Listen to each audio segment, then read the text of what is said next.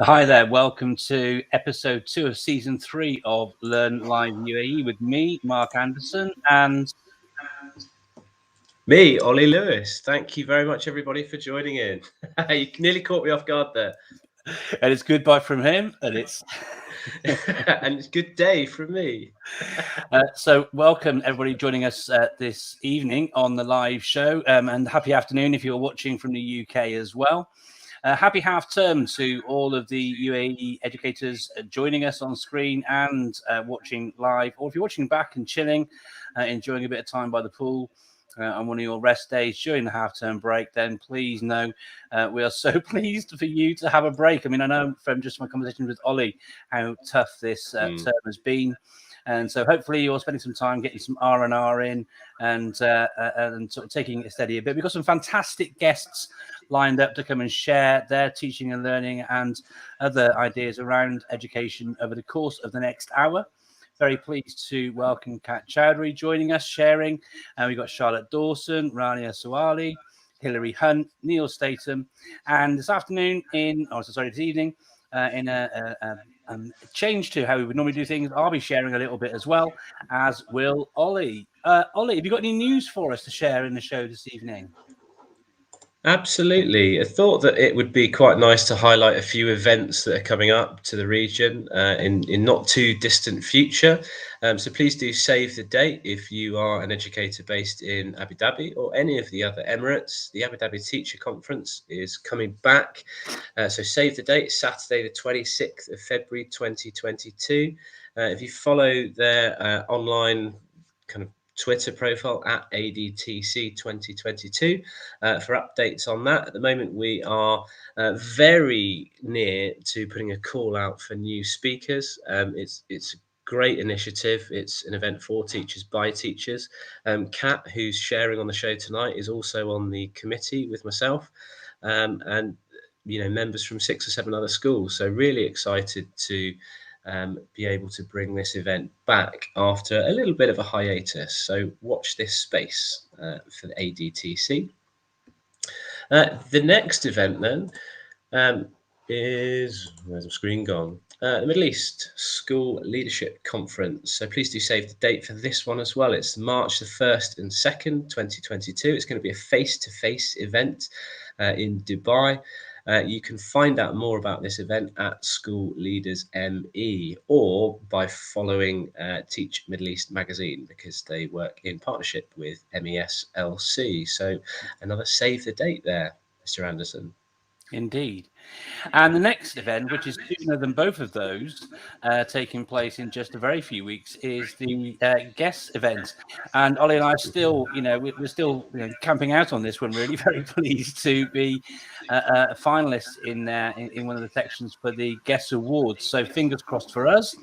And hopefully Olly will be able to go up and accept an award. But if we don't win, it's a really, really strong category, as are all of the others.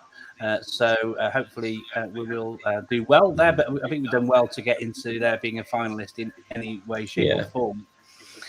Olly, as always, I'm mindful that time is always very, very tight on our shows. Yes, it is. Yeah. And I know that Kat has been patiently waiting already because she came in a little bit early to join us today. So let's bring Kat in now, if that's okay with you, Olly. Absolutely.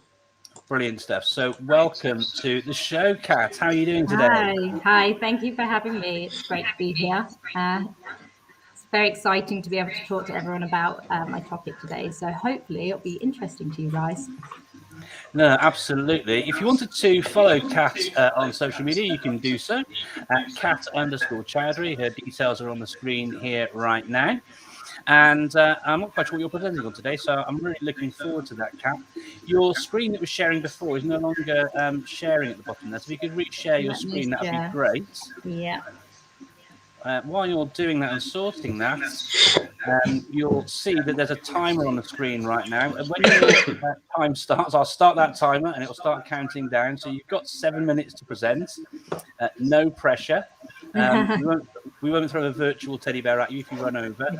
Please try and keep the time if you could, please. So with that in mind, you're talking about collective teacher efficacy and communities of practice. I'm really looking forward to that. So with no further ado then, Kat, I'll hand the floor to you. Bring your presentation up on screen and hand it over to you. Good luck. And thank you again for sharing. Thank you.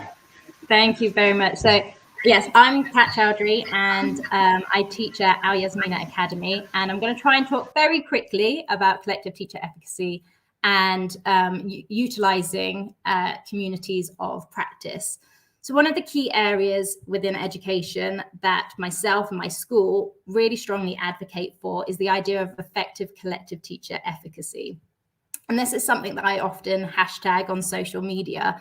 And it's the idea of teachers working together, using their experts and ensuring that teaching and learning is developing and thriving. And it's one that John Hattie and Jenny Donoghue has rated the most effective influence on student attainment. So collective teacher efficacy is so important to grow success, as it is when teachers collectively align their vision and work together to ensure teaching and learning is developed with a shared outcome. When all have that same vision and aim, you'll find teachers will work together and they will collaborate and support each other to ensure that that vision becomes a reality. As John Hattie says, use the powers of collective wisdom to ensure all teachers are achieving agreed magnitudes of effect on student learning. So the first part of building collective teacher efficacy comes down to mind frames, adopting a growth mindset to be truly reflective of your practice and where your strengths and your weaknesses are. There will always be teachers who might be slightly better at some aspects of their job than others, but being an outstanding teacher, it's not about being the best at everything. It's about being reflective and accepting where your weaknesses lie and seeking ways to develop these areas. So teachers come with a great wealth of experience in a range of different ways. Having a growth mindset means accepting some may be better than others, but that doesn't mean you cannot learn and share that experience. One of John Hattie's 10 mind frames for visible learning is I collaborate. While teachers can be successful on their own, they can also be more successful if they work together. So now collective teacher efficacy, it's not simply about sharing resources and having a chat about lessons. While sharing resources is useful and can be useful to teachers, it's not necessarily going to create as much of an impact on student attainment alone. And that is what we as teachers should constantly be thinking about, our impact and student progress. There are lots of things that I could go into detail about regarding different ways of working collaboratively. And I do in my upcoming book that I'm writing at the moment, such as impact cycles, collective language for learning, and setting high expectations in departments. But what I think is one of the strongest ways of developing teacher efficacy is through communities of practices, or COPs. So COPs are small pockets of staff working together on different areas within teaching and learning, where they all have that same common goal. So that could be focusing on improvement student learning, taking collective responsibility and understanding that we are all responsible for students' learning, continuous improvements, and being evidence-driven. So for example, at my school at LearnLiveUAE, we have a range of COPs leading on topics such as EAL, visible learning, and innovation. So with each COP, it's being led by a member of staff who has a passion in this area, and it allows opportunities to embed continual learning, and it encourages evidence-based research, build in that problem-solving aspect, and grows leaders amongst our teaching staff. So if you research COPs, there's been evidence to show both short-term and long-term values of introducing them into your organization. So in the short term, it allows you to focus on specific challenges that you might be facing within your school.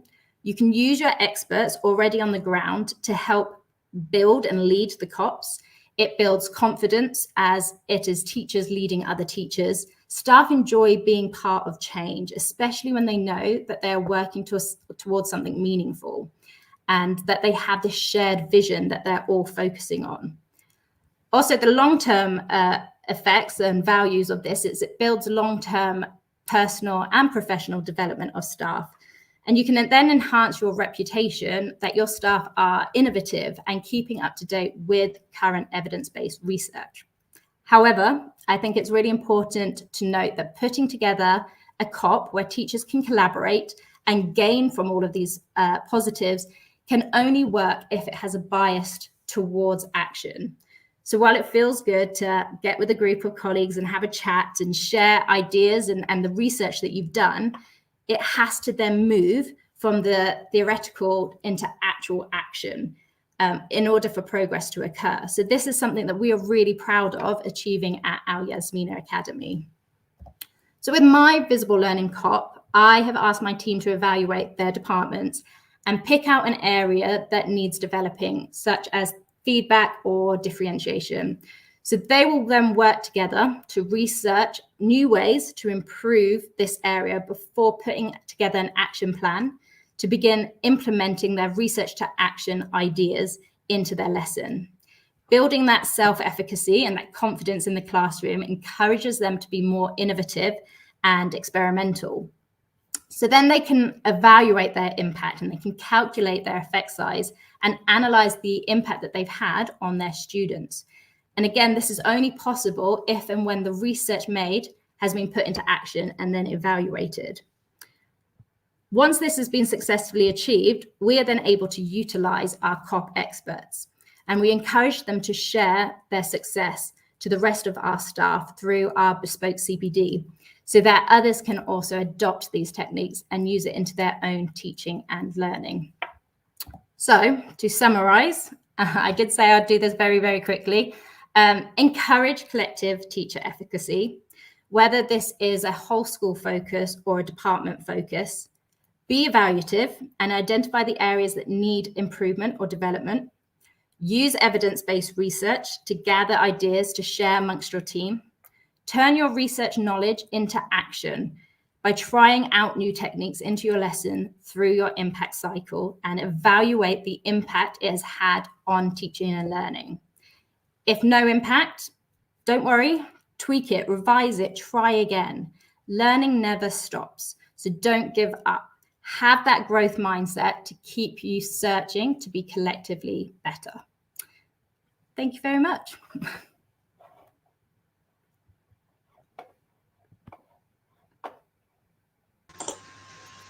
Mark, you are muted. I am muted. Thank you, Olly. Thank you. You timed that absolutely perfectly, Kat. Thank you very much. You'll have seen a flurry of tweets as well. I feel like I'm speaking really, really fast. No, absolutely brilliant, and such an important topic as well around collective teacher efficacy, as you mentioned about the importance and the likes of HATTIE and others, but sharing that. So many ways in which you can approach it, and really, really lovely to hear the approaches that you're adopting at your school that others can sort of take on board. I tried to share some of those slides and some of those screenshots on Twitter while you're presenting as well, so hopefully our viewers can refer back to those as well. But in the meantime, thank you very much for presenting. Thank you very much. Thank you very much. Thank you. Thanks, Kat. Bye. Cheers, Kat. Thanks. Bye. Mark, up next on the show then. Yes. We have Charlotte Dawson. Charlotte is eco leader at GEMS Metropole School. And well, without stealing any of her thunder, shall we invite Charlotte onto the show? You can Absolutely. follow Charlotte on social media at Outdoorsy Teacher. Hi, Charlotte. Welcome to the show. Hello. Hi, guys. Welcome, Charlotte. Nice to meet you. And you too. Pleased you found some strong Wi-Fi so you could join us. Yeah, we're searching the house. I'm in the UK at the moment, so. Oh, fantastic. Yeah. How long are you over here for? Just a week. Oh, nice Sunday afternoon. I hope you had a nice Sunday roast an hour or two ago then. Yeah, it's very strange, isn't it? Brilliant stuff. Well, what are you presenting on today, Charlotte? Well, anyone that's known anything to do with me will know that like environmental education is my thing, really. So it's all about nature connection, environmental education in the UAE. Fantastic. Brilliant. Do you have a presentation to share with us on screen? I do. Brilliant. If you could bring that up for us then. While Charlotte's doing that, her Twitter handle is scrolling across the bottom, so please do follow Charlotte on Twitter at outdoorsy_teacher. Okay, got your presentation here ready, coming onto the stream now. So let us know when you're ready and we'll start the timer and your 7 minutes will start from then. Great. So can I just double check that you can see the presentation? Yes, we can. Yeah, you might want to hit the present button so you go full screen on that. Great. There we go. Superb. Okay, all good here? Great. Right, your 7 minutes start now. Over to you. Thank you. Thank you. Okay, so my topic today is environmental education in the UAE, and it's something that I'm really passionate about, and I have been for the past few years. I've been teaching in Dubai now for the last 6 years, and in the UAE in general for around the last 10. So I feel like I do understand the educational area of the UAE quite well. Also, as well, forgot to mention on the previous slide, I do run an environmental education group here as well, which is called LearnLiveUAE. So I'll give a little bit more information about that later. So environmental education, just in case you weren't familiar with that concept, it's a continuous lifelong process, and it's based on teams working together, not as though it's just one school working on it or as in it's a government department that works on it. It's about collaboration and group responsibility, all to do with the environment. So it's really something that's becoming a movement in the last year or so, really. I mean, some of the quotes that I've just found out, they're from like February through to, coming up in October, really. So there is change on the horizon. There's been a few government articles released from the UK, a few key speakers like David Attenborough, and a few other things as well that I'll move on to.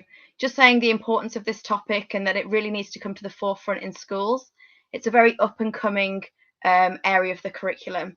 So not as well established, obviously, as things like reading or maths, which a lot of schools are feeling a lot more confident in.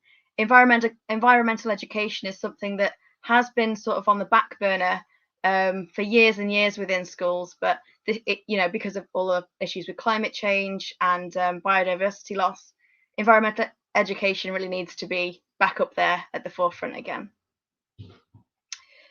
So another quote here from UNESCO. So this is the major selling point really for what I want to change, I want to make, is that UNESCO have said that environmental education should be core curriculum across schools by 2025. So that gives us just a few years really to really grapple with this issue and decide what it's going to look like to deliver environmental education in schools. So it really is an important curriculum area that really needs addressing very quickly. So even now into September, I mean, just in the last few months, really, you've probably heard around different news articles and different social media about these COP15, COP26, and it's just really about gathering those global leaders together and finding out how we can make the most effective change for the environment. So it's not only in schools, as I said before, environmental education is about bringing different groups of people together. So when we talk about education, it's not just the education of children, but it's the education of the general population and adults as well, to look how we can make the most effective change within the next few years. I'm bringing it back to a UAE sort of region and local developments. Obviously, we've got the Expo, which is huge, and one of their focuses as well is sustainability. And then all of these other areas are developing environmental education across the UAE. So we have the National Innovation Strategy, the Industrial Revolution Strategy, the UAE's Green Economy Transformation, Eco Schools, which probably a lot of the teachers and education professionals are aware of. In the KHDA inspection framework, it mentions environmental care too. And another subject area that's been developing in the last few years as well is social studies, which I've given an example of the books just there, as this is just one of the subjects that we can use in schools to really underpin that environmental education. So just a quote here really to say why this is so important. Why is this environmental education important? So Richard Louv, who is the author of a few of those texts just on the screen, says that we cannot protect something that we do not love, and we cannot love what we do not know, and we cannot know what we do not see or hear or sense. So quite similar to some of the presenters that you had on, I think it was in the first episode. It's about giving children that exposure to nature to allow them to build those relationships with it and to really understand what it is they're protecting. So a few people may think that this is, and as it is, you know, with the frameworks, a very new area, very contemporary issue, but obviously environmental education, understanding your natural environments has had to be something that we've learned about in the UAE for centuries, and since humans have lived in the area, really. So even Sheikh Zayed Al Nahyan famously made this quote a long time back, saying, "On land and in the sea, our forefathers lived and survived in this environment," so in the desert landscape. They were able to do so because they recognized the need to conserve it, to take from it only what they needed to live, and to preserve it for succeeding generations. So to understand what it is to live in a desert environment and how to care for that. In other research, it's been found that environmental education also stems from having a connection to nature and a connection to the outdoors. And ways of developing that are through environmentally responsible behavior, things like switching off the lights, conserving water, recycling, all of those things that schools are really good at. But also things like enjoying natural environments, understanding culture and heritage, as I just mentioned in the quote, having an awareness of our local ecosystems and knowing that even though the UAE is 80% desert landscape, we still have mountains, wetlands, and marine environments too. And to look at the connections that we have as well. So knowing that when we do things like creative writing, we could look at things like weather and that sort of those literature skills really in how we rely on the natural environment for different things. So yeah, many people that will be aware of me already know that this is an issue that I write about quite a lot. And I've given some advice for schools here on different articles. And even just last year, I wrote my thesis on how to connect our schools to nature in Dubai. And as I mentioned earlier as well, I do also run an environmental network. So we're called LearnLiveUAE. And as I mentioned before, it's not just about teachers. We do have some really valuable local professionals that work with us too, that have a background in ecology and conservation, which helps to give that depth of knowledge to our group and our talks too. So if you'd like to join us, please do. Very quickly then, in summary, I just like to give a few takeaways really. So allow your students within schools that opportunity for enjoyment, let them have that connection with the outdoors and let them appreciate what it is that we're caring for. To promote that understanding of culture and cultural heritage of the UAE, and particularly living in the desert environment. Developing an awareness of local ecosystems. As I've said, it's not just deserts, we have other areas in the UAE as well. Recognizing the connections, be a role model to your students. So make sure that the ways that they see you behaving are how you would expect them to also behave. What, you know, explain to them on the weekends, going to beaches, being responsible, making sure that we're looking after our environment. Having that responsible behavior, environmentally responsible behavior, so picking up after ourselves, not wasting things like food, electricity, and also your curriculum reviews. Make sure that your curriculum that you're delivering meets in line with those SDGs too. And then most importantly, no man is an island. Make sure that you collaborate with other schools and professionals. And that's about it. That's great. Thank you so much, Charlotte. And super surprised that you're in England. So thank you especially for joining us, probably, as Mark has said, after a Sunday roast. I'm really excited to go back to England at Christmas and be in that position as well. What really resonated with me there was something that I know Mark's a champion of, and you're obviously a huge champion of. It's all of our collective responsibility really to teach students these things, just like it's not just an English teacher's responsibility to teach about literacy. Exactly. You know, it's taking the best of what we can in the moment and educating students so that they have a deeper understanding of nature and what it actually means and why we should go about saving it.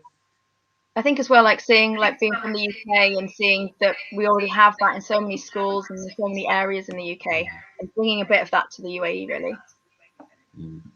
That's fantastic. And anyone that does want to join, then EnviroEdu, just give us a quick reminder of how to find out more, please. Yeah, so I'm on Twitter as well. You can reach out to me on Twitter, and then you can just find me on the website, which is enviroeduae.com. Awesome. Thank you so much. Thank you. And don't forget, you can also follow Charlotte herself on Twitter at @OutdoorsYTeacher as well. Thank you so much for your presentation and sharing this afternoon, Charlotte. Thank you so much for your holidays. Thank you. Thanks. Up next, Mark, on the show, we have Dr. Rania Sawalhi. She's hugely, I think the best way to describe Dr. Rania is that she's a champion of all things education. She's a professor of education. She's a co-founder of Edu Enterprise. She's co-founder of Women Ed MENA, along with a whole host of other different facets to education. So I'm really excited to welcome Dr. Rania onto the show. Thank you. There you go. I was going to say, please, could you bring her in? Dr. Rania, welcome. Hello. Welcome. Hi, guys. How are you? Very, very good. Very well, thank you. And what a brilliant introduction. Makes mine and Olly's output seem like, we're just rank amateurs doing these sorts of things. So I don't know how you find all the time. You have to share some tips around that on another show, how you manage to fit all those things in. I bet we should. Thank you for the amazing introduction, Olly, and thank you, Mark, for this great opportunity. Have fun. No, you're very, very welcome. Do you have a presentation to share with us this afternoon? Yes, I will. And it was a little bit hard to select what exactly are we going to talk about with all the things that we might start focusing and reflecting on, with all the complexities and challenges that we're facing within education. But I decided to talk about design thinking. I guess that you're seeing my... Yes, we are, yeah. Yeah, we can see your screen. Yeah, very good. And I was very happy to hear my colleagues talking about their experiences and kind of keynotes about self-efficacy and also environment, which also would help to highlight the importance of thinking as a designer. So I have chosen this, and I will go quickly with a quick overview of design thinking and the roadmap, and what does it mean to be or to think as designers. It's not like critical thinking or problem solving. Let's think about it as a creative process that helps us to design meaningful solutions. And why meaningful solutions? Because sometimes we start designing solutions that might not be so practical at the end when we try it. So if you want to know more, you can go to IDEO. That will give you more and more practical examples or case studies about how we can start thinking of admissions maybe, or embedding or integrating design thinking in our teaching, or also about digital literacy apps for young learners, how we can integrate it within education. So what is design thinking? We need to remember three main things. We're talking about accelerated process of providing innovative solutions, and it's a human-centered design, which is very important because sometimes we just focus on providing solutions without making sure that we're meeting the needs of the humans.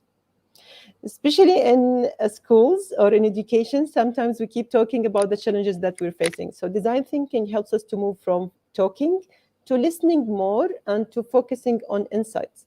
Sometimes we face some challenges, or if we face some issues, we start adapting. Design thinking helps us to start generating solutions instead of accepting the current situation. And we might start thinking on behalf of our students, our colleagues, or people that we know. But with design thinking, we start designing solutions with people that they're going to benefit from. And it also helps us to ask the right question instead of, yeah, I know the answer. Yeah, I know the solutions. No, that's not the case. And as my colleagues had also emphasized about the continuous learning and how we know more about things around us, the environment. But let me focus here about empathizing. So empathy, understanding more the human needs and what kind of pains or things that they need to solve, that would help us to focus more on this. So what does it mean to think as a designer? If we can remember 5 things, we need to be very optimistic, because sometimes we keep saying, no, there is no use. Why are we doing this? We don't have much time, etc. We need to be holistic. We need to see the bigger picture why we're designing things. We need to collaborate with others, especially from different disciplines or from different backgrounds. And we need to keep trying new things differently with empathizing. When we're talking about design thinking, we need to think not only to listen to people with specific words, we need to turn them into insights. We need to think deeply about them. And we can remember the roadmap with 5 things. We need to learn more about the audience. If we're talking about students, talking about parents, talking about school leaders, staff, whoever in the community, we need them to exactly identify what are we going to change or improve. Then we start brainstorming. Don't assume that you know the answer before. No, we need to start ideating and testing before we do this. You might connect it to action research, but let's see it differently with design thinking. And it's not a linear process. So you might go back to re-identify the issue after you listen to people. You might go back after you try it to start generating ideas, saying, no, that was not the best solution that we have. Design thinking helps us to start discovering. It's not like changing our eyes, but it's seeing things differently and start looking behind what we usually see and we usually go through. It's also very important that we start testing that. So instead of building or designing an activity for our students, it's with our students. So we might test with, group of them and to see, is it the best approach, how we can do it, if we're even changing our admission policy, or if we're, trying any different solution. So what are the next steps? I would highly recommend, if we know more about design thinking and how we can use it to improve our practices and also to find solutions for the things that we face and we want to improve. We can integrate it within our teaching, as I will give you examples, research and community service. For me, I conducted a study with my colleagues, Dr. Ma'an Tinji, Ms. Kinda, Mr. Ghayath, and we had won an award, innovation award for that. Using design thinking approach, we learned a lot about the students' needs and how we can customize the training program for them. And we had amazing results with a very short time. So it's very practical. I also teach design thinking for honor students, and in Qatar University, they also help other students within the secondary schools. So it's kind of a process of teaching. Last example with my nonprofit organization, how we customize education leadership labs, where we bring different peoples from different backgrounds and disciplines and trying to help them to share ideas and to find solutions. And don't say, no, I'm not into education, so I can't help. Yes, definitely, you can give us an amazing idea solution. So I hope with this quick journey about design thinking that I gave you an overview and encouraged you to know more about it and to try to integrate it within your own practices and your own way of doing, regardless if you're working on research or you're working on your own activities or anything related to education. Thank you. Fantastic. Thank you very much indeed, Dr. Rania. Teachers as designers is such a huge topic, isn't it? And actually, when you start thinking about the process and and seeing it as a cyclical process as well, I think it links in really nicely to sort of teacher reflection on practice and all those other things as well, which links in nicely to what Kat was sharing earlier on as well. Have you got any people that you recommend to follow around design thinking on social media anywhere at all as well? Yes, definitely. If you have Hasso Plattner, I will just write you the handle. It's at HPI. You will find more and more about their case studies. And now they're working on a project to map design.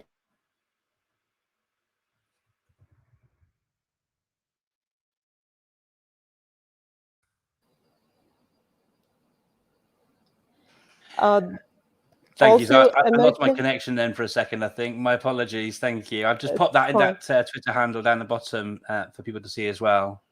Yes, and they're currently working on a study to map design thinking in Arab countries, and I think that would be an amazing idea also to connect with Stanford, Harvard, and many big organizations that they're trying to embed and integrate. So let's start thinking here as designers and to be optimistic to find more and more practical solutions. Thank you.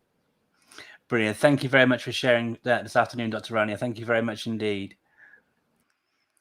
Next up on LearnLiveUAE this afternoon, we have someone else joining us sharing, and our next guest on the show this evening is Hilary Hunt. Hilary Hunt can be followed on social media at Hilary Hunt Edu. As far I'm aware that she is also a senior leader with responsibility for teaching and learning at VIS as well. So I'm going to welcome Hilary on to the show now and bring you on. There you are. Hi, Hilary. Welcome. Hi. How are you doing? I'm good. I'm good. How are you? Yeah, I'm not too bad. Thank you very much. I hope you're enjoying a bit of time off during your half-term break as well. Yeah, definitely much needed, I think, after the return to face-to-face. It's been a long half-term already. Crikey. Well, I hope you got more things sort of lined up and more relaxation planned over the course of the next week, and not too many live shows to come and stream and share on. Do you have a presentation that you'd like to share with us this afternoon, Hilary? I do. Brilliant stuff. If you wanted to pop that up, and I'll put your social details back up on the screen on a little ticker down the bottom while you're bringing that up. So as I said, you can follow Hilary on Twitter. She's at Hilary Hunt edu. Not twice, that's just me just spelling it out as I'm talking. And so Hilary is just bringing her presentation up on screen, which I'm going to get there. And her presentation title is Championing Teachers as Educational Experts in the Driver's Seat of Their Own Professional Learning Development. I'm assuming that's what the PLD stands for. Yes, it is. Yes, it is. Brilliant stuff. One thing about teachers, New Zealanders and Australians, I've heard is that we use far too many acronyms when we're doing presentations. OND. Absolutely. I see you, IRL, all those things. Listen, thank you so much. Because time's tight, I'll drop myself out. Your 7 minutes present starts about now. And for any issues, we're here in the wings if anything happens to support you. Okay, Hilary? Fantastic. Okay, so thank you very much. Over to you. Basically, I'm just here to talk about a journey that we've been on at school in terms of really changing the culture around the way that we deliver professional learning. This sort of started as a journey for me. I've been to obviously a lot of external PLD, and I've come back every time thinking, yes, I'm going to implement this. This is fantastic. And then getting back to the classroom, just getting back into my old ways of doing things. Initially, when I started talking about this, I did actually think about calling it the death of the after-school meeting, because where we're moving and shifting with our culture is to essentially remove that after-school entrenched meeting where everyone sits and stares horribly at you after they've been teaching all day. And so we started changing our culture, of course, when the pandemic hit and everyone had to have that really huge learning growth in terms of how to deliver online. And everyone was at different stages. And so we followed that initial model. We jumped onto Zoom. Everyone had been teaching all day and delivered these courses, very generic. This is how you do e-learning. And the eyes, and I'm sure you've all seen it when you've been teaching online, the eyes that stared back at you, the blank stares, really made us realize that this was not the effective way to deliver professional learning anymore. And so when we were working with small groups, individuals, we saw so much growth and, in fact, so much more meaningful engagement with professional learning that at the end of last year, we really started to rethink our culture and plan for this year and what we would need to do to champion our teachers as the experts of their professional learning. As you all know, we're experts in our field. We're the experts of the students that we teach. We know what they're like in the classroom. Our communities know what our children are like. And so together, this is that support, that conscious support, and building a community where we're learning and growing together is so important and has so much more success than delivering that one-size-fits-all model of professional learning. I love this infographic from Katie Martin. Really talks about the 10 things that really shift individual practice within teachers. And I don't think it's rocket science, you know, each of these 10 things, if hit, will deliver so much success within the school environment. However, when we're, as SLT members in particular, we're often so driven by our school improvement plan or by meeting the inspection targets and getting that outstanding target that sometimes we forget to hit these for our teachers and instead favor the generic. But I would argue if we really plan carefully for an individualized program, then we're going to meet those targets regardless. We plan for our students in an individualized way. We scaffold our lessons to meet their needs. So why don't we do that for our teachers?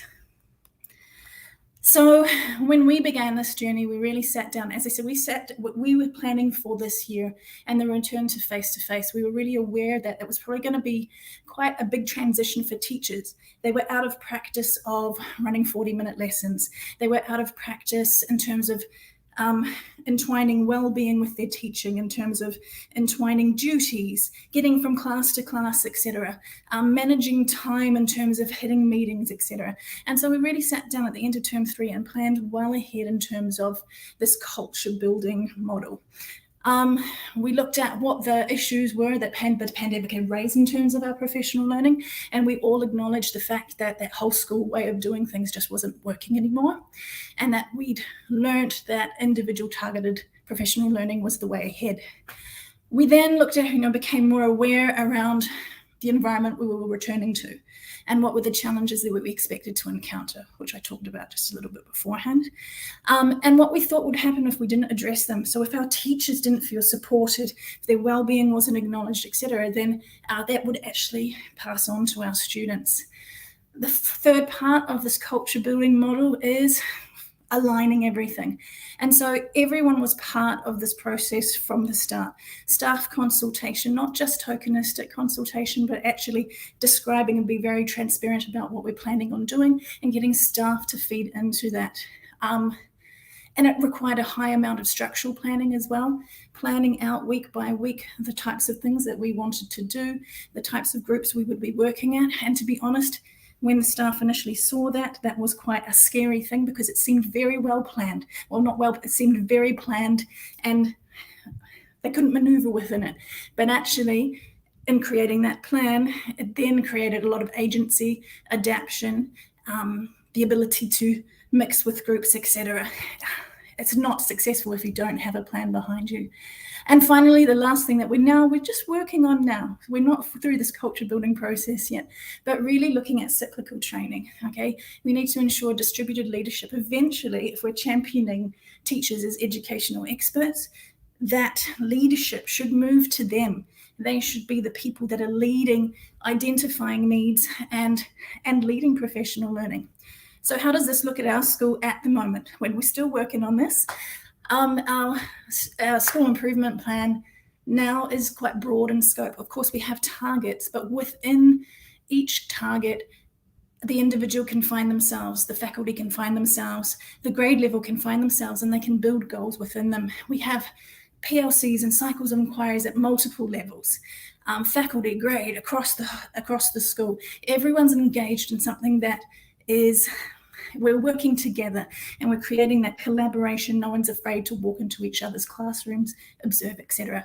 We have instructional coaching, which is very targeted at the individual, and the leaders actually are now taking on more of a role of a chairperson. A cheerleader, sorry, not a chairperson, a cheerleader. And so our staff are beginning to feel seen. They know that that their senior leaders know what's happening for them and that everyone is working together as a team. Our whole school staff meetings, the only objective now is to build community. And by that, I mean morning tea, sitting down, sharing successes, having a laugh. That's why we come together. And so the last and the very key thing to me is that utilization of digital technology to deliver the generic PLD that you have to.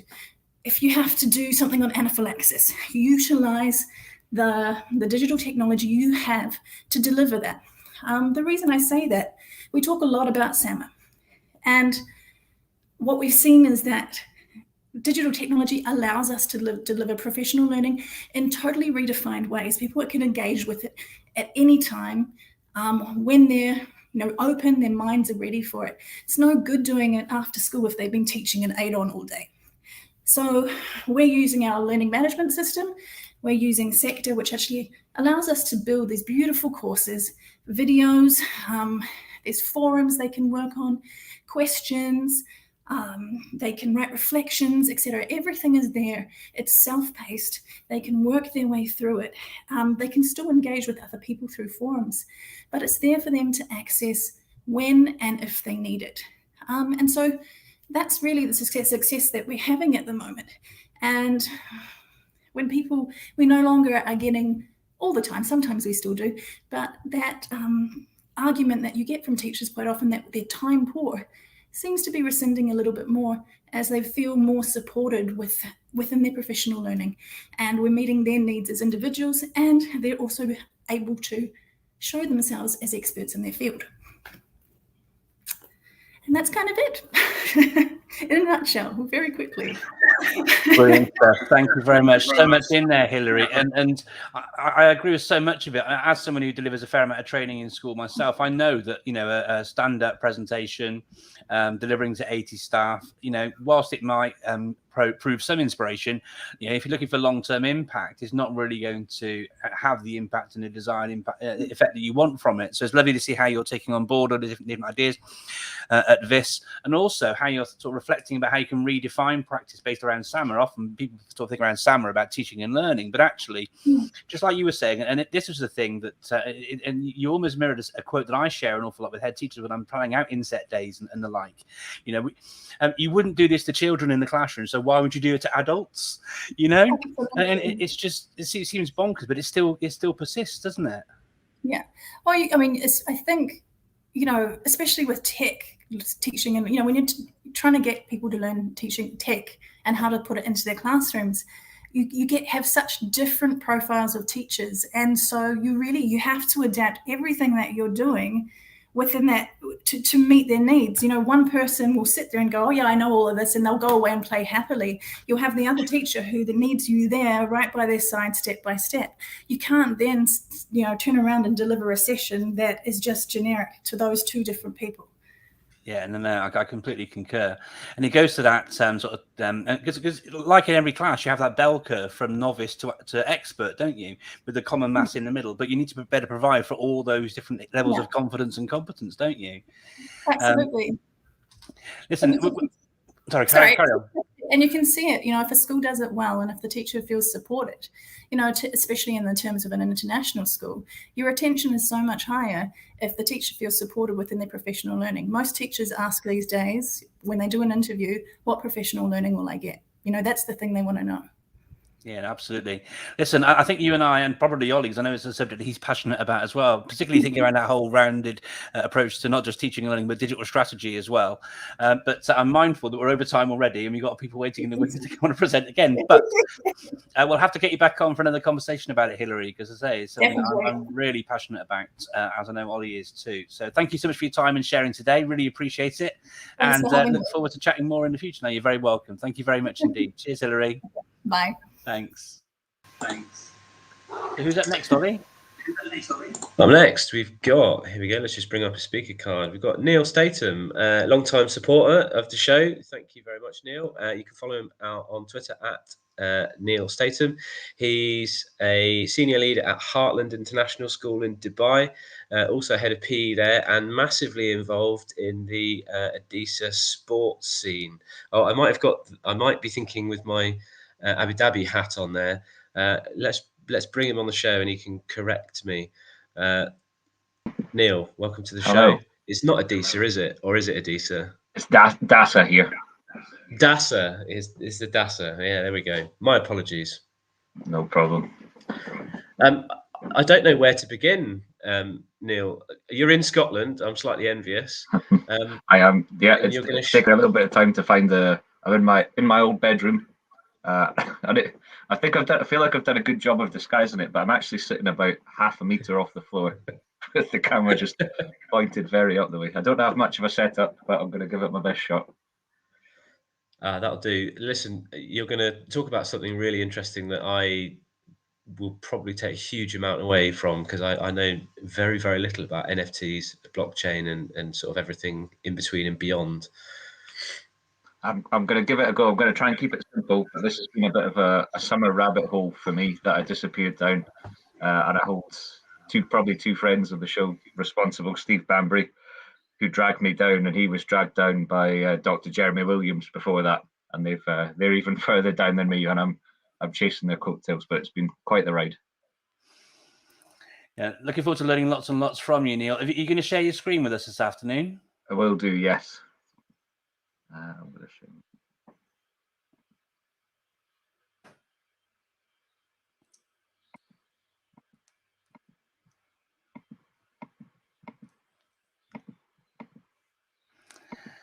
Okay. There we go. Bringing it up now. There we go. Well, we'll hand over to you, and your 7 minutes start now. Thank you so much for joining us today, Neil. Great. I've started my own time as well. So I'm going to talk about NFTs, a little bit non-fungible tokens. I'm going to talk about a little bit about blockchain, a little bit about cryptocurrency and smart contracts, and sort of around the question of do these conversations belong in schools? And the more I'm involved in this space, the more I start to think the answer to this question is a resounding yes. But a little bit about me first, for anyone who's not met me before. There's some of my social media handles there, and it's wide and varied. So I tweet at Neil Statham, sometimes about PE, sometimes about DASA Sport, which is about the school sports organisation here in Heartland. Sometimes I do a bit of writing for tests about mostly lowbrow satire to do with education, but something you might enjoy. And more recently, more involved in innovation, working with a really exciting group of students at school. And you can find our podcast that we produced together on Spotify called Heartland Innovation Podcast. And this group of children talk about some of the projects and businesses they run. One of them runs 3 businesses. One of them's got their own NFT drop or multiple drops, and one of them is developing computer games. So you may enjoy all those, and they feed into what I'm talking about today. So first of all, NFTs, non-fungible tokens, is what I've spent my summer learning about. On the left, you've got money there. So think of money as fungible. So money can be exchanged. So if I have 10 dirhams, it's the same as Olly's 10 dirhams, and it's the same as Mark's 10 dirhams. All that money's the same. If I've got a non-fungible token, it means it carries unique value. So not like a baseball card. Again, for example, at this baseball card, I might have serial number 10, which is more valuable than serial number 110, but other people might have that as well. The value could be worth the same. But something like art that's verified as being the only piece of that is non-fungible. It's not comparable to anything else. It carries and it holds its own value. And if you don't go looking for this, you'd possibly never know it existed. But actually, this is already a massive business, massive mini economy almost working behind the scenes. And it stretches all across the world. So that's a screenshot of the platform that I've been trading on. That's probably the biggest NFT trading platform at the moment, called OpenSea. And I think, yes, in September, sorry, I've written October there, it's over $3 billion worth has been traded on OpenSea, mostly of digital art, but all sorts of varieties of NFTs. So there's a huge amount of money already being spent on this, and what is basically an emerging space. And in the top left-hand corner there, you might recognize the Charlie Bit My Finger video, which was a YouTube sensation. But that's been sold now as an NFT, and it'll be what you'll find is now that gets removed from all these platforms, and it will have one verifiable owner, and all rights, royalties, and everything to do with that will be owned by this single person. So I suppose like copywriting, and that will belong to one person, and they'll be able to use that however they wish. They might allow other people to use it, but it will allow them to start generating royalties, whereas previously videos like that would go online and then multiple people would farm them onto different platforms, and the ownership might get lost somewhere down the line. It was difficult to prove perhaps who had the first copy of something, but that's been bought for $760,000, which is an astronomical amount of money for a video that most people have seen already. In the bottom left-hand corner there, you can see one of our Heartland students, Yasmin, has dropped her own NFT project on OpenSea, and there's 6,000 different Elvins that she's drawn, pieces of art which she's minted and sold. And you can see on the right-hand side, the volume traded 173 ETH. And I'll leave you to do that on your own conversion. But the amount of money that art has been bought and traded for has been phenomenal. And why is this important? Well, it allows artists and it allows content creators, which lots of young people in school might go on to be, to sell things around the world to reach different audiences and to generate income for themselves through, whether it's through royalties, whether it's through building their own community, or perhaps through innovation. We're starting to see now music being sold as an NFT and then sold and passed on from person to person. What about cryptocurrency? So we've got the Bitcoin symbol there, the Ethereum symbol you might recognize, and then we've got the polka dot symbol there. The question I ask myself often is, how likely is it that students in our classrooms will make purchases with cryptocurrency? And I think the answer is very likely. And in fact, on that trading platform, OpenSea, that 3 billion has all been traded in cryptocurrency. But it's not just me that thinks this. Here's one for you. Walmart are already seeking to employ someone to handle their cryptocurrency and digital strategy in terms of alternate payments online. So what's going to be their blockchain strategy? What's going to be their alternate sales? And if Walmart's not big enough to get your attention, perhaps Amazon is. Amazon's seeking to employ someone to look at how digital currency can affect and change their business. I think it was advertised as head of blockchain strategy. So they're looking for someone to develop their roadmap for what this might look like in their country in the future. So two massive names in business are working with this working with this technology right now. Perhaps not more interesting, but an alternate route to go down, and this is the sustainability and environmental issues that surround this. A brilliant website which I found, Digiconomist, has some really great stats which might open your eyes to this side of the issue. But the Bitcoin network energy consumption alone, if we're talking about crypto, for all the great things about it, if Bitcoin was a country, it would consume more energy than Poland or Egypt or Malaysia over the course of a year, which is absolutely mind-blowing. It's taken me a while to get my head around that. That's all to do with how Bitcoin is mined. Where else I think this is important in education is jobs that it will relate to. So right now, skills that are in demand, people that can help program and write smart contracts, people who can solve the sustainability issues behind Bitcoin mining, for example, or use of other cryptocurrencies. It generates a huge amount of e-waste where technology gets redesigned, improved, updated, then thrown out very quickly. You know, the Bitcoin network churns through not just a massive amount of electricity, but also a massive amount of hardware. And once it's been outstripped by a better performing computer, it disappears. So a big question is, can sustainable energy be used to power some of these things? And looking at even bigger picture, the cashless society, or the DeFi, the decentralized currency. How far away are we from things like that? We essentially lived in a cashless society for 6 to 8 months, depending on where you were in the world. Jobs are going to center around that, about what the transformation of all these things look like in the future. So what now? Hopefully I've convinced you that this is worth students learning about. This is what we're doing with the group of students that I talked about. We're creating a bit of a lecture series for students and staff to try and broaden their minds and open their eyes to these things, which will hopefully then in turn create a unit of study. They've got a podcast series on innovation, which ranges from enterprise all the way to this. And we hope to host a bit of a youth conference surrounding this in the future. But something that we're actively trying to work on now in school, in terms of educating students, but also educating staff. And that brings me to the end. So hopefully I'm back in the screen. I'm going to take a chance and close my PDF down and hope that I do it. I think I've gone 8 minutes 28 though, I think.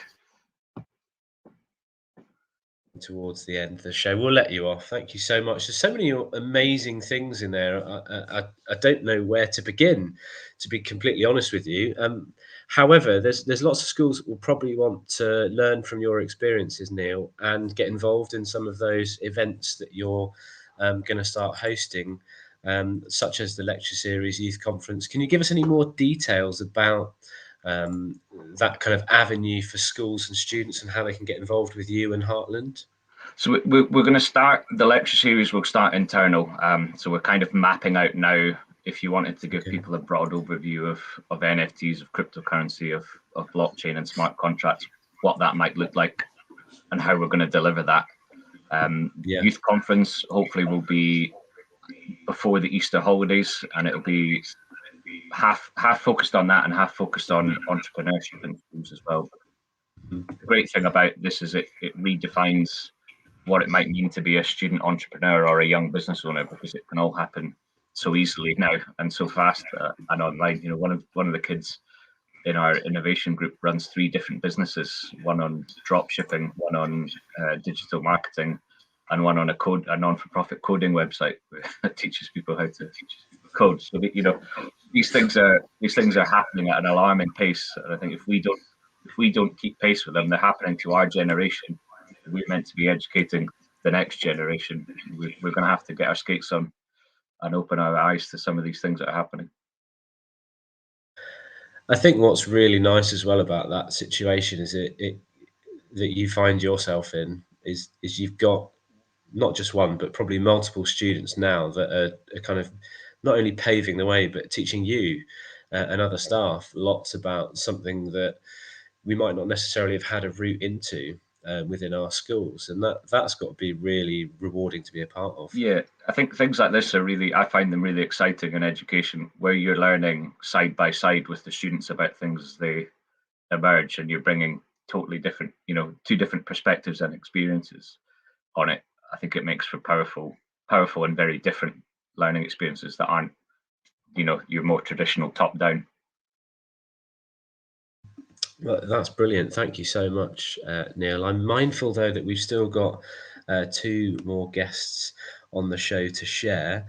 So just say thank you very much once more to you. Anyone that would like to engage more, please do follow Neil. You can see his handle on the screen there at Neil Statham, or his school, which is Heartland International School. So please do get in touch with either or. Thank you so much, and have a great half term. Our next guest on the show, then, without any further ado, needs no introduction. He's co-founder of LearnLiveUAE. He's also co-founder of Global EdTech. He's an award-winning blogger, an award-winning author. He is an all-round edu hero of mine, good friend, which I'm honoured to say, and educational legend. It is none other than the ICT evangelist, Mr. Mark Anderson. If I could bring him onto the show. Hello, Mr. Anderson. Hi there, Ollie. Thank you for the lovely introduction. That's really very kind of you. If it's all right with you, I'm just going to just steam on ahead, being mindful of the time. So hi, and thank you, Ollie and Mark, for the opportunity to share on the show this afternoon. Now, one of the reasons why I wanted to share, it's always good to, I'm always really keen to sort of share ideas and all the rest of it. And it's all very well and good presenting these things, but we don't then often get the chance to share some of the things that we've seen and ideas around teaching and learning that we want to present and share upon ourselves. So this afternoon was a great opportunity to try and do that. What I'm going to try and do during the course of my presentation to you this evening is to link in some of the things actually we've heard from Kat in her earlier presentation about collective teacher efficacy, and some of the things that Hilary was talking about as well around how you can use technology to create great resources to support staff with their teaching and learning, and the tools they use as part of their everyday practice. I'm going to be sharing today about some updates that have happened recently to a firm favourite of mine, particularly linked to how many schools in the Middle East use iPad. I'm going to be talking about Humble Keynotes. And I'll be talking about 2 features during the course of this short presentation. The first one of which is a new addition to Keynote, which enables you to add in your own live video, which is really powerful. And I'll show you an example of how that can be used really powerfully in just a moment. The other feature that I'm going to share with you is a long-standing favourite of mine called Magic Move, which enables you to pan and zoom around different images when you're presenting your various slides. Now, I sit here as somebody who's talking about iPad.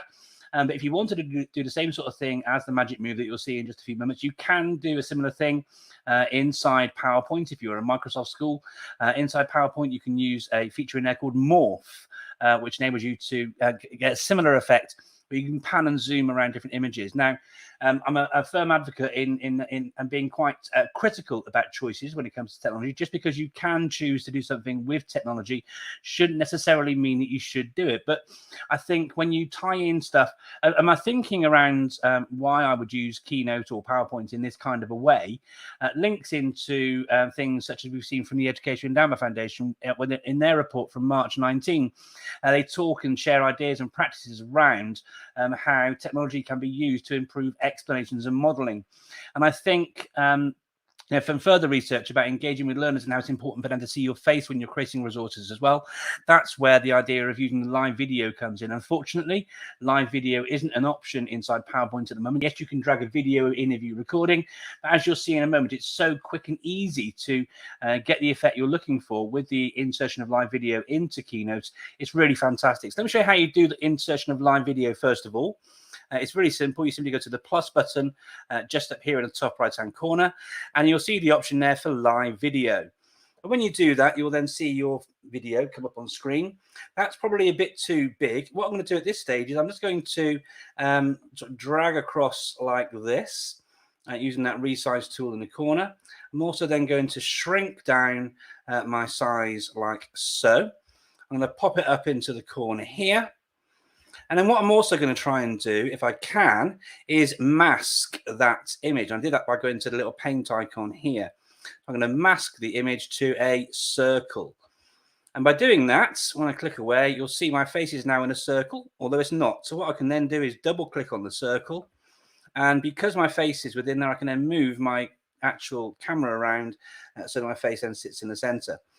And it's as easy to add live video onto your slides as that. Now, many educators will know that if you swipe down in the top right-hand corner, you then get access to your control center where you can then do your screen recording.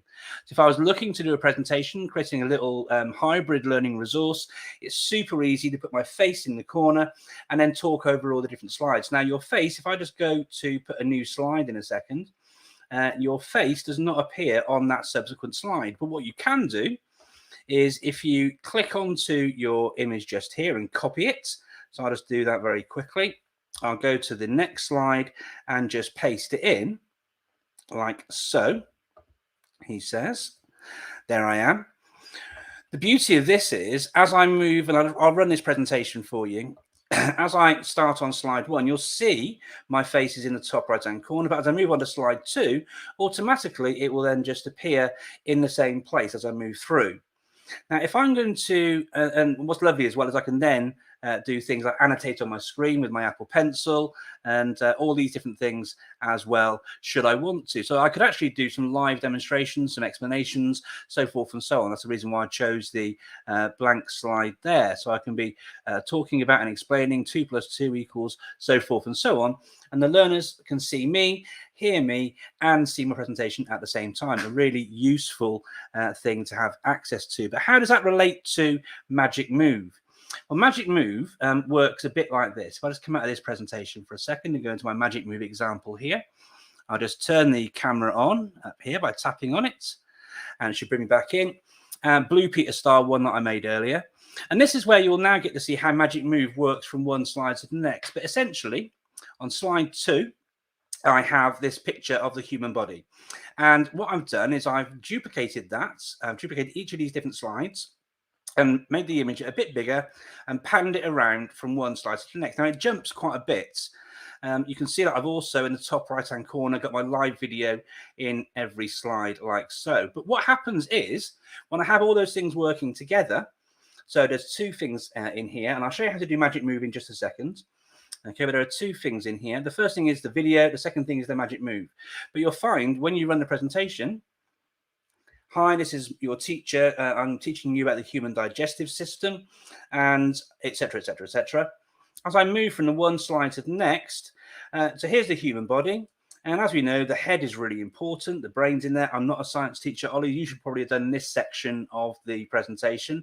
But as you move, as you can see, as you move from one slide to the next, and as the image pans around, the video of you in the corner stays constant, whereas the things that you're explaining move around to the various points that you're trying to talk to through the various parts and points of the presentation you're delivering. So if you're looking for a really effective way to explain and model different things, okay, think carefully about both using the live video feature where your face can sit in whichever corner you want it to, and how you can use Magic Move to pan around and do these different things like you're seeing here.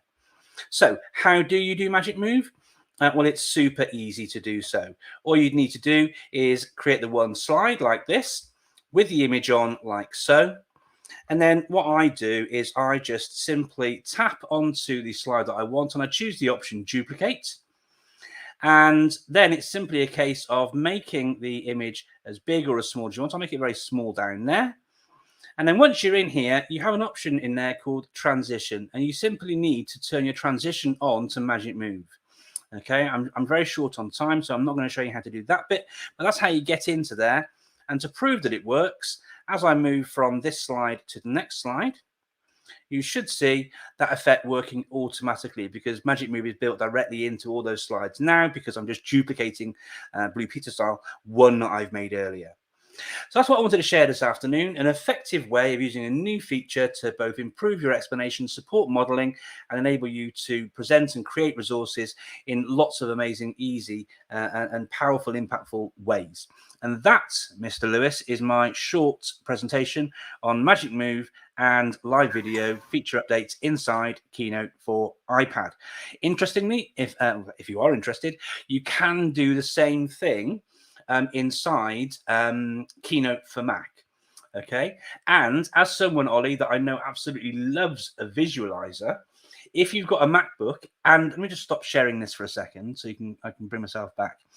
If you plug your visualizer into your MacBook, you can use your visualizer as the camera. So rather than having the live video as being you to your face talking over the video, you could actually be doing your explanations, doing some live modeling and what have you with your visualizer on your presentation slide with the information on there all in one place and space, making that great resource for your learners for whenever they wanted to access it and view it. And that's that. Brilliant. Thank you so much. 20 minutes. You make it look so easy. You make it look so easy. Well, did you know, you say you make it look easy, but it is quite easy. It's just a case of going to the plus symbol, choose live video, mask it from the formatting options, and away you go. And I would recommend keeping that video position consistent for every slide.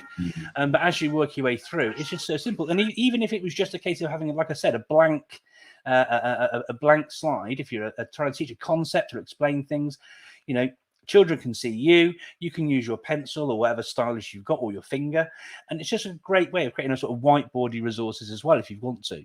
So you can use your existing stuff in PowerPoint or Keynote that you've got as your existing resources and talk through them, make those lovely videos that you want to make.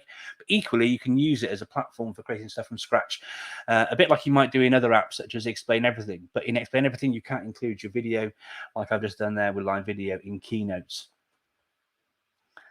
So I hope you found that useful, everybody. My next guest, or our next guest on LearnLiveUAE today, is someone who has been involved in so many different things over the years. I'm really pleased to say that he's a good friend of mine. He blogs and he is a co-founder alongside me on LearnLiveUAE. He also is involved with Global EdTech. He's one of the presenters on the EdTech show.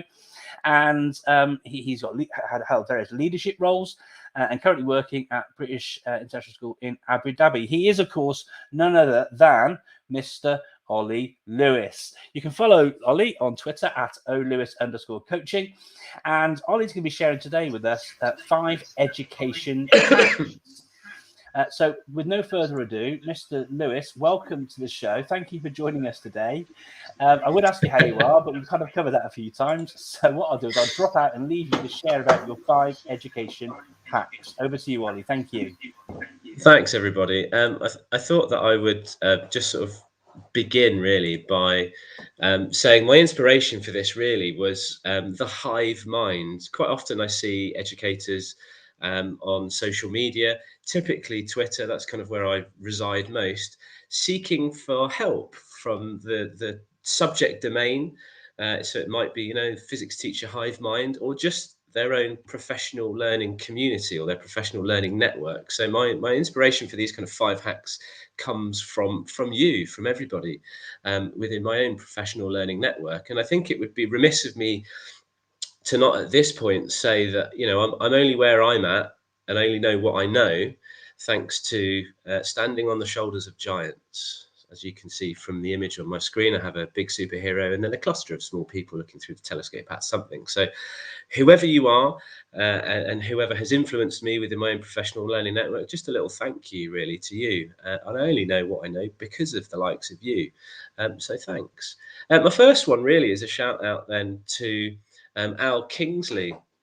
And his tweet from not too long ago, the 11th of October, he was saying that after years of grabbing screenshots with Windows using alt print screen, he discovered that there is a simpler way. The Windows Shift S key gets you to that same point. So this one's just a little aggregated marginal gain or time saver. If you're anything like me, you're probably taking about 15 to 20 screen clippings a day to insert into maybe OneNote or a Teams chat or something from a lesson that I want to share with students, or maybe it's a professional learning opportunity. So, that's a great share from Al there that is a massive time saver for many educators. And probably my favorite shortcut for me, one that was shared by Mike Tholson.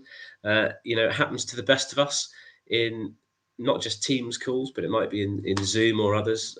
Our school, BISAD, we're an Office 365 organisation. I reside in Teams, but Control-Shift-M to mute or unmute your microphone is a really quick fire way, rather than trying to search in the menu to mute or unmute yourself.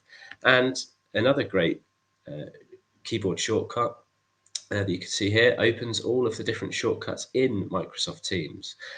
So there we go. Number 1 is aggregated marginal gains. Save yourself a little bit of time. Number 2 then is originally from Voice 21, and it's around developing what I heard Sarah Lambert from the Dubai Oracy Hub describe as talk tactics. I think it's really useful to give students these discussion roles or talk tactics to help not only manage their talk, but encourage the development of certain communication skills, whether they be speaking or listening skills.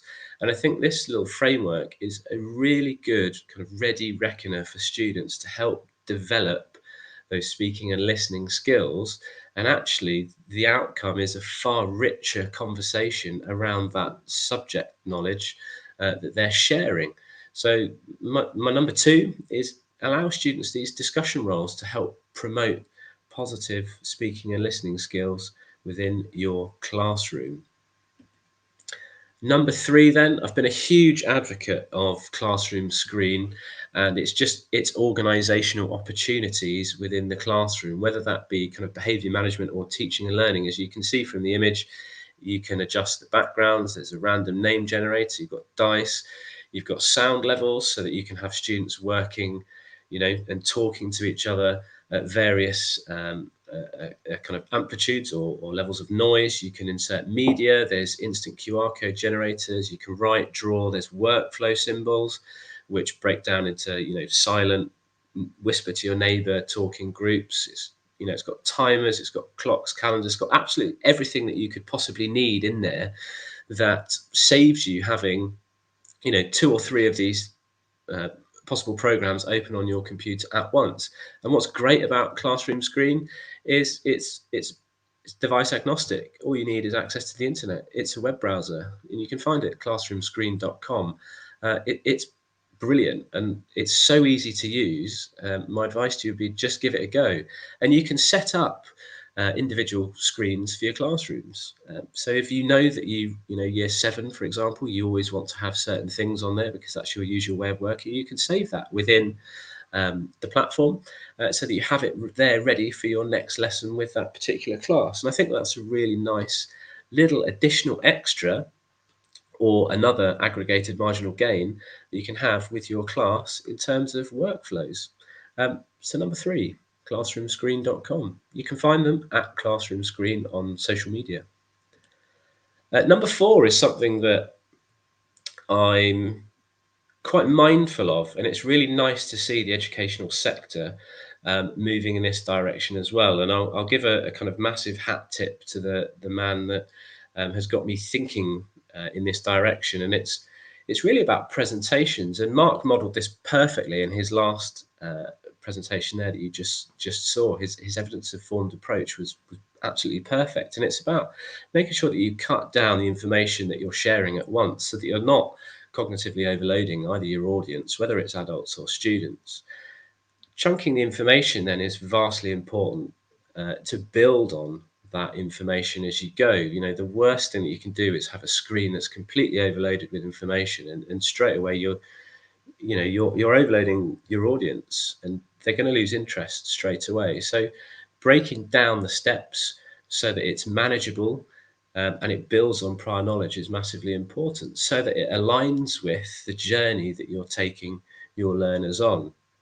And actually restraining yourself in terms of the content that you're sharing on your screen is a hugely important part of that. And it's something that I've been very mindful of over the past couple of years, that I made that mistake myself. I used to overload my slides with far too many things, and actually less is definitely more. Because going back to those simple speaking and listening talk tactics, you know, you're going to have a better attention and retention rate with this model.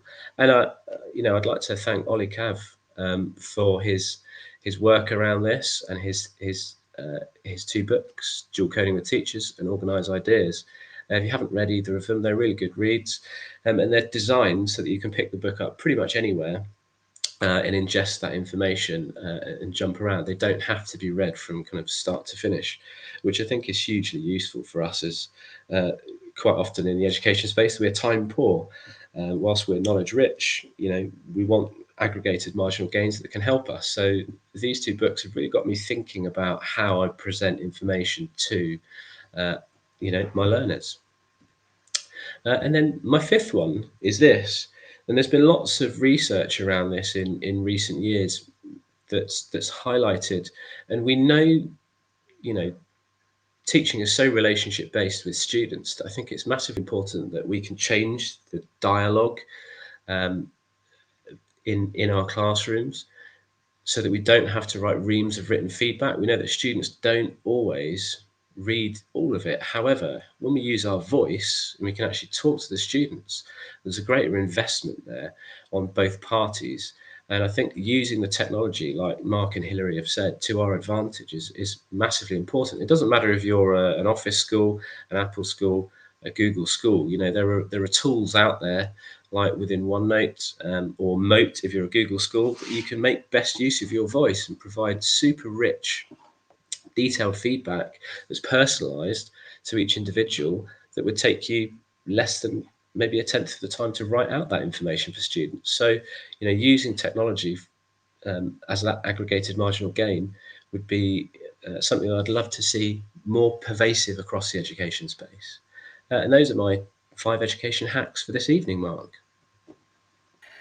Great stuff, Olly. Thanks very much. And just an additional thing with that as well around Mote, Olly, you know, and I know that Mote doesn't work natively inside Teams and so forth and so on, but you can use Mote in your browser to record the audio, get a URL for it, and just copy and paste it into Teams chat if you want to, or wherever you wanted to do that. And obviously you can use your voice really easily in OneNote and some of the other tools like PowerPoint. But if you wanted to say drop some audio feedback in, you can do it that way should you want to. So lots and lots of ways that you can do that. But like you, I'm a huge advocate for using your voice.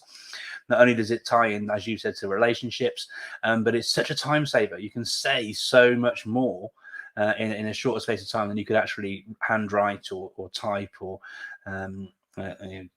dictate or whatever. It's such a powerful, useful thing to do, isn't it? Absolutely, yeah. And you know, whether we like it or not, quite often teachers can be time poor, and I think it's just a really powerful use of the tool. You know, it's a tool that's there to be used, so why not do that? You know, I think it's up to us to change the narrative around that. No, I completely agree.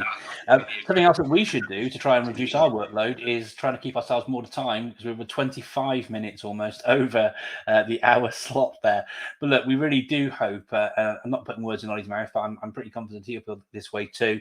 I really hope that you got a lot out of all the different ideas and conversations shared during the last sort of 7 presentations. Lots and lots of takeaways. And as always, you can follow us on social media. Myself, as you can see, is ICT Evangelist. You can see Olly is @OLewis_coaching.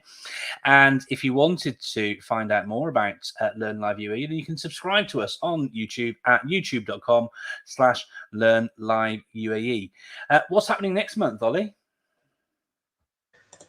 Next month, 7 more educators, 7 different ideas. Really looking forward to welcoming Esther Daniels. She's a women-ed leader, educator in the Middle East. Alex Gray, who's head of science in a school in Dubai. Name of the school escapes me right now. I'm sorry, Alex. Zarif Pektar, who's head of digital strategy. Or digital teaching and learning, I think it is actually, in a school in Dubai. Michael Norton, who was going to join us this month, but is at the IB conference. He's in charge of teaching and learning in his school. Russell Smart is joining us. He's King's Windsor, I think is the school now, formerly part of King's Al Barsha. Luzardi Fisher, who's head of English at BSAC. I've lost count here now of how many people that I've read out, but we've got loads of more people sharing, Mark, and that's what's amazing. And if I can give you a little stat just to sort of finish my piece, we're now at 63 schools. So in a year, or just over a year, we've had 63 different schools come and share on LearnLiveUAE, and we're now at 94 different educators. So that means next month our show is a bit of a milestone, because we will have had 100 different educators from across the UAE. I'm not sure many other kind of things can say that. I'm sort of speechless and lost for words for that, because we're not an organisation. We're just 2 teachers doing something that we love and trying to spread sharing across the region. Yeah, absolutely. I'm massively proud of that, and the ability to provide a platform for better collaboration and sharing. And all the teachers who do come on are very happy to give up their time and share in this way. And so many say, get in touch and we can collaborate. And in fact, some collaborations have taken off, and activities between schools and what have you been in the district have happened through the show as that medium. So something we're both immensely proud of. But please do keep a date in your diary for our next show in November. And I want to say it's the 28th, Olly. That is correct. 28th of November. Absolutely. November 28th then. And we'll see you on the 28th of November for our next edition, episode 3 of season 3 of LearnLiveUAE. Look forward to seeing you then. Take care, everybody, and thanks for joining us. Take care. See you next month.